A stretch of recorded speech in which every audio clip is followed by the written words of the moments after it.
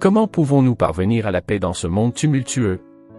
Comment pouvons-nous persévérer jusqu'à la fin malgré les obstacles qui se dressent sur notre chemin?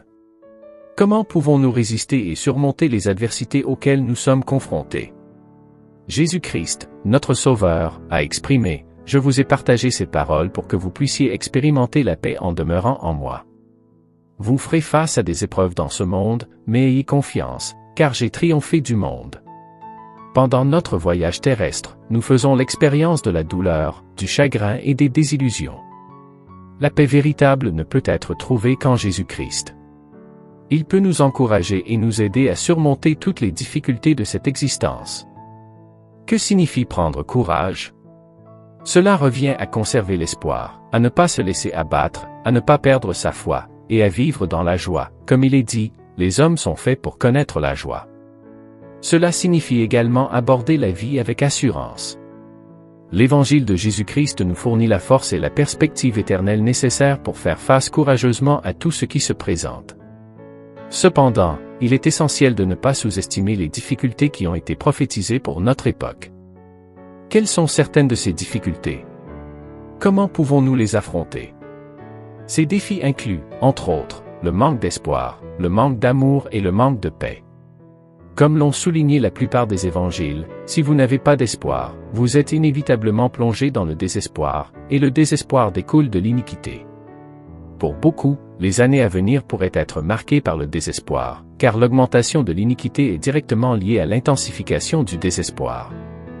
Le Sauveur a également prédit que, parce que l'iniquité se multipliera, l'amour du plus grand nombre se refroidit. Par conséquent, la peur, l'insécurité et le désespoir s'accroissent. Le Seigneur a averti que le jour vient rapidement où la paix sera retirée de la terre et où le diable exercera son pouvoir sur ces domaines. Le Seigneur exercera également son pouvoir sur ses saints et régnera parmi eux. Nous vivons à une époque où la paix est en train de disparaître de la terre. Cependant, nous vivons également à une époque extraordinaire où le Seigneur a restauré sa prêtrise, où l'Évangile véritable a été restauré, et où l'Église de Jésus-Christ des saints des derniers jours représente le royaume de Dieu sur terre. Nous contribuons ainsi à préparer la terre en vue de l'époque où le Seigneur Jésus-Christ reviendra pour régner en personne. Pourquoi devons-nous faire face à des épreuves tout au long de notre vie? Le Seigneur ne cache pas son dessein de mettre notre foi et notre obéissance à l'épreuve, comme il a exprimé en disant: « Nous les mettrons ainsi à l'épreuve, pour vérifier s'ils accompliront tout ce que le Seigneur, leur Dieu, leur prescrit. » Le livre de l'Ecclésiaste nous enseigne que tout survient de la même manière pour tout le monde, que ce soit pour les justes ou les méchants, pour les bons et les purs, ainsi que pour les impurs. Le destin est identique pour tous. Cela signifie que des tempêtes peuvent surgir dans la vie de ceux qui ont construit leur existence sur le solide fondement de l'Évangile, tout comme elles peuvent survenir pour ceux qui ont établi leur vie autour des biens matériels de ce monde. Comment devrions-nous réagir face à ces épreuves? Le Seigneur a enseigné: « Si quelqu'un désire marcher à ma suite, qu'il renonce à lui-même, qu'il porte sa croix chaque jour, et qu'il me suive. » Chaque jour, nous sommes appelés à assumer notre fardeau et à avancer, plutôt que de simplement le traîner sur le côté de notre voyage éternel. Comment pouvons-nous distinguer entre une épreuve et une correction divine? Les épreuves nous offrent l'opportunité de progresser. Le Seigneur a déclaré: « Mon peuple doit être mis à l'épreuve dans toutes choses, afin qu'il soit préparé à recevoir la gloire que j'ai réservée pour lui, qui est la gloire de Sion. Celui qui ne supporte pas la correction n'est pas digne de mon royaume. » Lorsque nous sommes face à des épreuves, il est essentiel de méditer et de nous demander quelle est la volonté du Seigneur dans cette situation.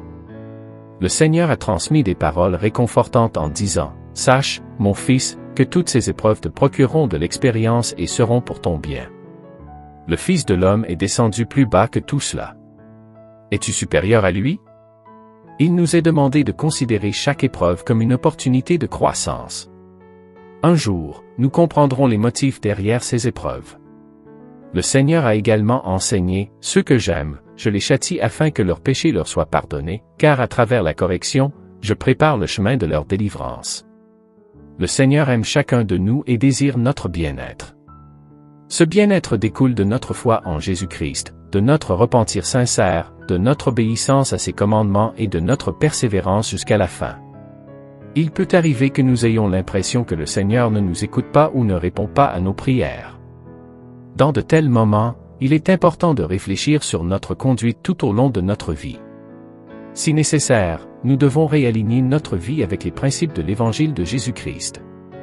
Le Seigneur a aussi révélé que « j'ai permis que les afflictions les accablent à cause de leurs transgressions. Ils ont été prêtés à écouter ma voix, c'est pourquoi je suis prêté à écouter leurs prières et à leur répondre au jour de leurs difficultés. Le jour de leur tranquillité, ils ont négligé mes enseignements, mais le jour de leurs épreuves, ils me cherchent par nécessité. » Lorsque nous désirons sincèrement nous conformer à la volonté du Seigneur, il est toujours prêt à nous aider à alléger notre fardeau. Qu'est-ce qui détruit notre courage et notre espérance? Jésus-Christ a dit aux 12 apôtres certaines des choses qui peuvent détruire notre espoir et nous faire abandonner, nous laisser succomber à la tentation, ne pas supporter l'affliction, les tribulations et la persécution, craindre les soucis du monde, rechercher d'abord la richesse, abandonner au lieu de persévérer jusqu'à la fin et laisser les faux prophètes nous tromper. Qu'est-ce qui renforce notre courage et notre espérance?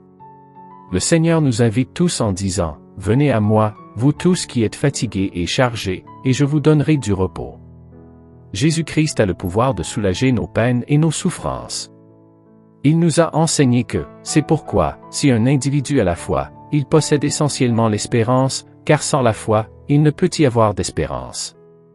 Et si quelqu'un est doux, humble de cœur, et témoigne, par l'effusion du Saint-Esprit, que Jésus est le Christ, il possède essentiellement la charité. En cultivant chaque jour la foi, la douceur, la charité, et en humblement confessant que Jésus est le Christ tout en acceptant son expiation, nous recevrons en retour la force et l'espérance nécessaires pour surmonter les défis et les chagrins de cette vie. Quelles sont certaines des promesses que le Seigneur fait à chacun de nous? Il nous encourage en disant « Prenez courage, petits enfants, car je suis au milieu de vous et je ne vous ai pas abandonnés. » Le Seigneur nous assure « Prenez courage, car je vous guiderai sur le chemin. » Le royaume est à vous, ses bénédictions vous appartiennent, et les richesses de l'éternité sont à votre disposition. Ainsi, quiconque a foi en Dieu peut avoir une certitude d'espérer en un monde meilleur, même une place à la droite de Dieu. Cette espérance naît de la foi et elle constitue pour l'âme des hommes une ancre solide. Nous sommes les enfants bien-aimés de Dieu, notre Père. Il nous aime profondément et désire notre bonheur dans cette vie et pour l'éternité. Jésus est le Christ, et c'est par son intermédiaire que nous pouvons trouver la paix en ce monde. Voici comment surmonter les défis. Concentrez-vous sur la puissance de Dieu plutôt que sur l'ampleur de votre problème, peu importe la taille de votre mur qui plane sur votre vie, soyez assurés que vous pouvez le réduire jusqu'à ce qu'il s'effondre complètement lorsque vous faites confiance à Dieu pour vous aider à surmonter votre problème. Faites confiance au plan de Dieu même s'il n'a pas de sens. Le plan de Dieu pour votre vie peut sembler non conventionnel et mystérieux de votre point de vue limité. Mais chaque fois que vous décidez de faire confiance au plan de Dieu, vous pouvez compter sur Dieu pour tenir sa promesse de rassembler toutes vos circonstances, même les défis les plus difficiles, pour accomplir de bons objectifs. Voyez le surnaturel dans toutes les situations et recherchez la sainteté. Demandez au Saint-Esprit de vous aider à reconnaître les façons extraordinaires dont Dieu agit dans toutes les situations ordinaires de votre vie. Placez votre relation avec Dieu au centre de votre vie et invitez Dieu à vous donner le pouvoir lorsque vous priez et méditez la parole de Dieu régulièrement. Entourez-vous d'autres croyants engagés dans le même objectif. D'autres chrétiens qui s'efforcent également de surmonter leurs propres difficultés peuvent vous remonter le moral, vous rappeler la vérité et vous encourager à atteindre votre objectif. Introduisez les bénédictions en observant les instructions de Dieu à chaque étape du chemin. Attendez-vous à ce que Dieu vous récompense pour votre obéissance fidèle tout au long du parcours visant à surmonter vos défis. Lorsque vous obéissez à Dieu de petite manière, Dieu vous mènera à un plus grand niveau de foi et de responsabilité, de sorte que vous continuerez à grandir spirituellement et à pouvoir avancer vers la victoire sur les défis de votre vie. Préparez-vous pour une saison de joie. Cherchez à tirer les leçons de toutes les précieuses leçons que Dieu veut vous enseigner à mesure que votre mur de défis s'effondre progressivement. Écoute et médite sur ces versets. N'abandonne pas car Dieu a un merveilleux plan pour toi. Fortifie-toi et prends courage. Ésaïe 40 verset 31. Mais ceux qui espèrent en l'Éternel renouvelleront leur force. Ils s'envoleront sur des ailes comme des aigles. Ils courront et ne se lasseront pas. Ils marcheront et ne se lasseront pas. Psaume 30 verset 5, « Car sa colère ne dure qu'un instant, mais sa faveur dure toute la vie, les pleurs peuvent durer la nuit, mais la joie vient le matin. » Jacques 1 verset 2 à 4, « Considérez comme une pure joie, mes frères et sœurs, chaque fois que vous faites face à des épreuves de toutes sortes, car vous savez que l'épreuve de votre foi produit la persévérance. Laissez la persévérance achever son œuvre afin que vous soyez mûrs et complets, il ne manque de rien. » Jacques 1 verset 12 à 15, « Bienheureux l'homme qui persévère dans l'épreuve, car une fois approuvé, il recevra la couronne de vie que le Seigneur a promise à ceux qui l'aiment. » Psaume 46 verset 1, « Dieu est notre refuge et notre force, une aide toujours présente dans les difficultés. » Deutéronome 31 verset 6, « Soyez forts et courageux. N'ayez pas peur ni ne vous effrayez à cause d'eux, car l'Éternel, votre Dieu, va avec vous, il ne vous quittera jamais et ne vous abandonnera jamais. » 2 Corinthiens 4 verset 17 à 18, « Car nos troubles légers et momentanés obtiennent une gloire éternelle qui les dépasse de loin toutes. Ainsi, nous fixons nos yeux, non sur ce qui est visible, mais sur ce qui est invisible, puisque ce qui est vu est temporaire, mais ce qui est invisible est éternel. » Jacques 1 verset 2 à 3 qui dit, « Mes frères, considérez comme une joie lorsque vous tombez dans diverses tentations, sachant ceci, que l'épreuve de votre foi fait travailler la patience. » Romains 12 verset 12, « Soyez joyeux dans l'espérance, patients dans l'affliction, fidèles dans la prière. » Hébreux 12 verset 1, « C'est pourquoi, puisque nous sommes environnés d'une si grande nuée de témoins, rejetons tout ce qui nous gêne et le péché qui nous entoure si facilement.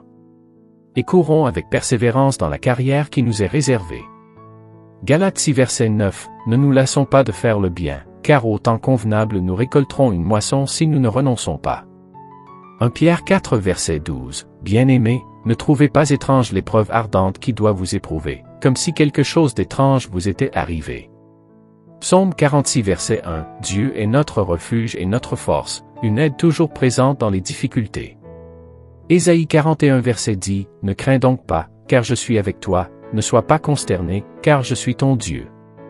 Je te fortifierai, je t'aiderai et je te soutiendrai de ma main droite. » Romains 8 verset 37, « Non, dans toutes ces choses nous sommes plus que vainqueurs par celui qui nous a aimés. » Jacques 1 verset 2 à 3, « Considérez comme une pure joie, mes frères et sœurs, chaque fois que vous faites face à des épreuves de toutes sortes, car vous savez que l'épreuve de votre foi produit la persévérance. » Philippiens 4 verset 13 nous dit, « Je peux tout faire par Christ qui me fortifie. »